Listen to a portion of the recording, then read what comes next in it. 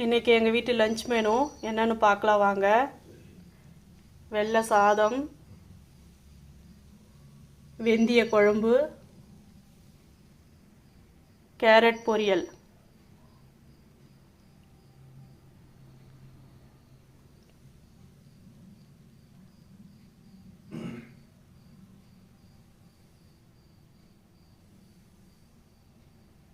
இதுதான் இன்றைக்கி எங்கள் வீட்டு லஞ்ச் மெனு.